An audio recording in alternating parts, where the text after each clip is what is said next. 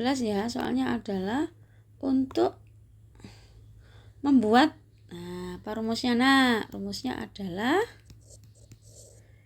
M besar sama dengan gram per mr kali 1000 per mililiter.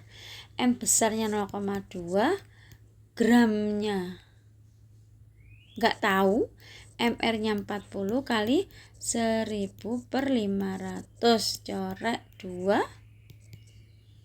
0,2 sama dengan 2x per 40 ke kiri dikalikan 0,2 kali 40 sama dengan 2x, maka 2 ke kiri dibagi 0,2 kali 40 bagi 2, set ini 20, jadi x adalah 0,2 kali 20. Gimana ngitungnya? 0,2 itu 2 per 10, 20 itu 20, nolnya coret, jadi berapa x-nya? 4 gram. Soal berikutnya 18. Larutan A dibuat dengan itu, larutan B adalah urea 2 molal. Analisis kualitatif. Yuk, nomor berapa ini nak? Nomor 18 ya. 18. Larutan A. Kita cari molal larutan A itu glukosa. Larutan B itu urea. Sama-sama non elektrolit ya nak. Kita cari M kecil atau molal. Apa rumusnya molal? Gram per mr kali 1000 per gram pelarut. Gramnya 18, mr-nya 180 dikali 1000 per 90. Duh, jelek rek. Yang urea langsung ada 2 molal. Nah, ini kalau ngitungnya ini ambek ini coret ya 1 ya. Ini ambek ini coret 1, tinggal 100 per 90 itu 1,1 sekian ya nak. Berarti siapa yang lebih tinggi? Urea ya. Otomatis tekanan uap jenuhnya lebih tinggi urea. Nomor 2, poin B, tekanan osmotiknya lebih tinggi urea. Titik didihnya lebih tinggi urea. Kayak gitu. Berarti jawabannya C ya nak. Nomor 19. Larutan bla bla bla bla bla. Yo. Nomor 19. Titik beku sama dengan min 0,744. Kalau titik bekunya sekian, maka delta TF adalah 0,744. Minusnya dihilangi. Dah. Apa rumus delta TF? Rumus delta TF adalah delta TF adalah KF kali M kali I. Delta TF-nya 0,744, KF-nya 1,86, M-nya cari dengan rumus apa M tadi? Gram per mr kali 1000 per gram pelarut kali I. Kita lanjutkan, 0,744 sama dengan 1,86, ini kita hitung dulu. Gramnya 5,55, mr-nya 111 kali 1000 per 500 kali I. Ini kita hitung dulu. Ya, ini coret jadi 2 ya nak. Terus 2 kali 5,55 itu 11,1. 11,1 bagi 100 berarti 0,1. Jadi 0,744 sama dengan 1,86 kali 0,1 kali I. Nah, ini jadi berapa nak? 0,186 kali I 0,744. Maka ketemu I sama dengan 0,744 dibagi 0,186. Kalau enggak salah itu 4. Apa rumusnya? I 1 ditambah N-1 kali alfa. I-nya 4. 1 ditambah N itu apa? Jumlah ion CaCl2. Ca-nya 1, Cl-nya 2. Berarti jumlah ionnya 3 kurangi 1 kali alfa. 1 ke sana dikurangi jadi 3 sama dengan 2 alfa, maka alfa adalah gak mungkin ya nak ya. Apa yang salah nak? 0,744 dibagi 1,86. 0,744 dibagi 1,86.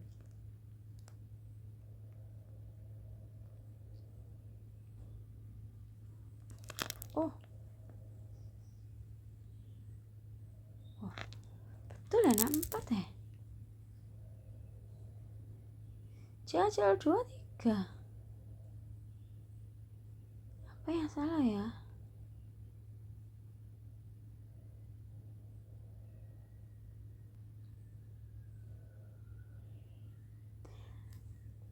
Berarti alfa sama dengan 3/2 kan gitu kan, tapi nggak ada jawabannya, dan alfa itu maksimal 1, nggak mungkin lebih dari 1. Coba nanti kamu cek lagi ya salahnya di mana ya nak, angkanya nak.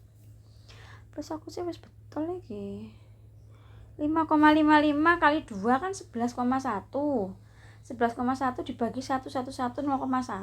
0,1 kali 1,86. Ih, betul ya sana ya. 20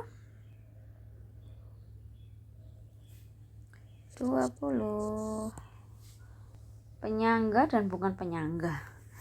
Penyangga itu, jadi kamu harus tahu ya, asam kuat itu HCl yang sering dipakai wes.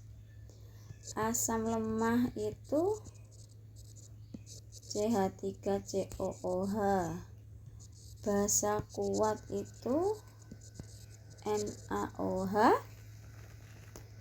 Basa lemah itu NH3 wes.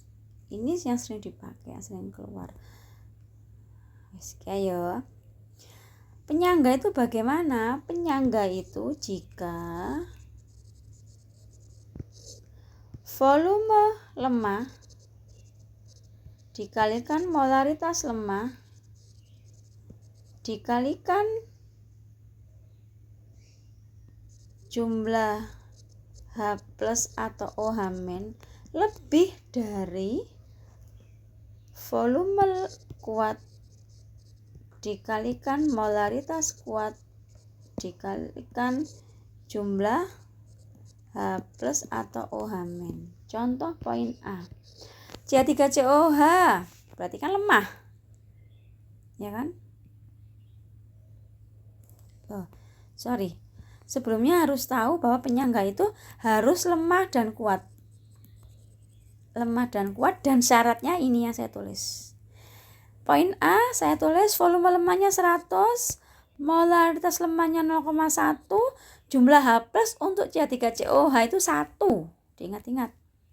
Harus lebih dari volume kuatnya 50, molaritas kuatnya 0,1. Kenapa kuat? NaOH itu kuat. Jumlah OH-nya 1. Betulkah ini? Ini 10, ini 5. Betul. Jadi poin A itu penyangga.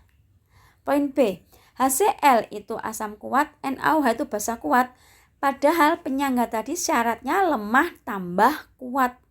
Berarti poin B salah.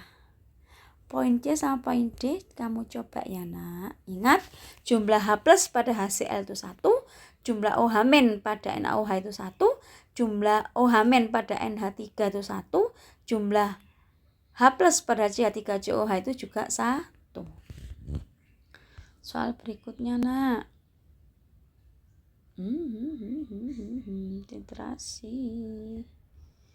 Tak jelas no kayak gini ya.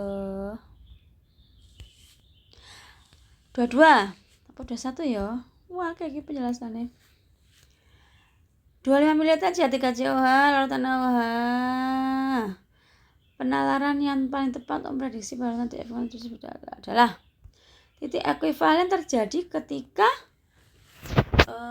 volume dikalikan molaritas dari asam sama dengan volume dikalikan molaritas yang basah. Jadi kalau asamnya 25 mili 0,1 molar, maka basahnya juga 25 mili 0,1 molar. Ini CH3COOH, ini NaOH, gitu kan? Nah, angkanya sama nak. Kalau angkanya sama itu berarti dia bentuk garam.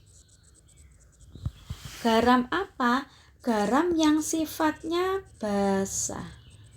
Kenapa sifatnya basah? Karena yang kuat di basa, yaitu NaOH. Tadi kan sudah dijelaskan ya, basa kuat itu NaOH. Jadi garam itu tidak semuanya netral. Ada garam yang bersifat asam, ada garam yang bersifat basa. Garam itu terbentuk dari reaksi asam tambah basa. Paham maksud saya? Nah, asam kan ada yang kuat, ada yang lemah. Basa juga begitu, ada yang kuat, ada yang lemah. Yang menentukan sifat garam itu sifat yang kuat. Kalau yang kuat basa, berarti sifat garamnya garam basa. Kayak contoh ini. Garam basa berarti pH-nya lebih dari 7. Apa yang terjadi? Hidrolisis. Siapa yang terhidrolisis? Yang lemah. Siapa yang lemah? CH3COO-nya terhidrolisis. Jadi jawabannya pH lebih dari 7.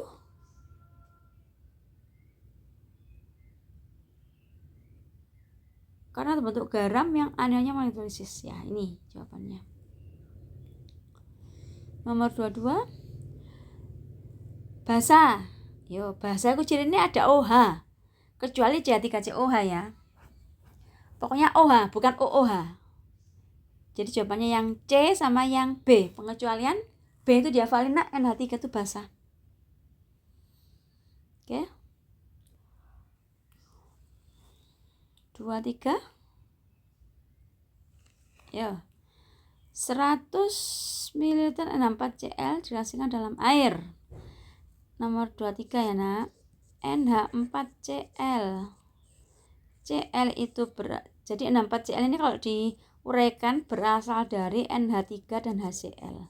NH3 tadi lemah, basa lemah. HCl itu apa? Asam kuat. Ingat tadi saya sampaikan garam itu ditentukan dari yang kuat. Yang kuat apa? Asam. Berarti H. Berarti rumusnya H+ sama dengan akar KW dibagi KB dikalikan molaritas NH4, molaritas garam ya. Molaritas garam dikalikan N. Ya, dihitung. KW itu ketetapan nak 10/14. Diingat-ingat kalau nggak ada di soal. KB-nya di soal 10/5, molaritasnya 0,1, N-nya 1. Dan N itu apa? N itu jumlah yang lemah. Yang lemah siapa? NH3. Piro jumlahnya 1, nggak ada angka lain kan? Loh kan 3 bu, bukan. 3 itu rombongan. NH3 itu satu kesatuan, maka N-nya 1. Kalau dihitung ini adalah 10/-10. Kalau di akar jadi 10 pangkatnya bagi 2 jadi -5. Maka pH sama dengan min log H+. Ayo. Masih ingat enggak? Min log 10/-5.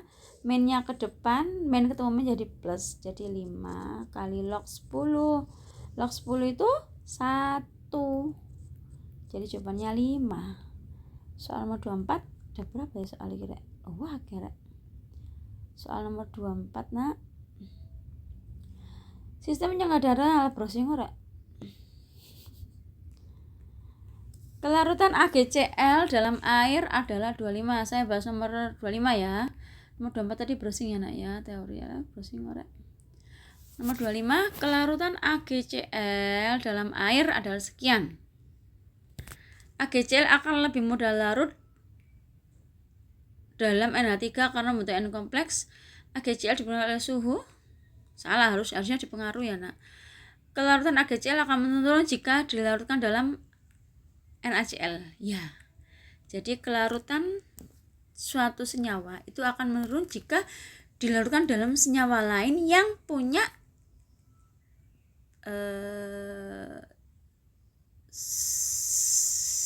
yang NaCl loh, ada yang sama kan, ClCl. Nomor 26 ini kalian coba-coba aja nak ya. Kalau pakai teori luang banget. Kalau tak coba itu begini, yang akan 232 ya nak. Oh tapi anu semua ya nak. Cek 27 dulu. Diberikan 2,5 reaksi dengan potensial itu Zn N0 nya min 0,76, Cu N0 nya 0,34. Nah ini sel volta ya, ini bab sel volta. N0 kecil akan mengalami oksidasi, bertindak sebagai anoda.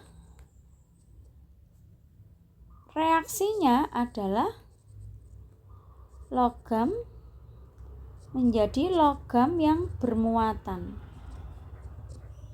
ditambah N elektron. N0 besar bertindak mengalami reduksi, bertindak sebagai katoda.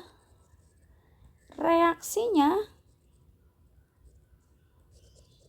logam N plus ditambah N elektron menjadi logam. Dan N0 sel atau potensial selnya rumusnya adalah N0 besar kurangi N0 kecil. Dan aliran elektron dari anoda ke katoda. Oke. Soal nomor 28. Perhatikan diagram siklus energi berdasarkan hukum Hess. Nah, aduh, ini panjang banget nak caranya nak. Sanggup tak ini nak? Sanggup ya, sanggup. Banyak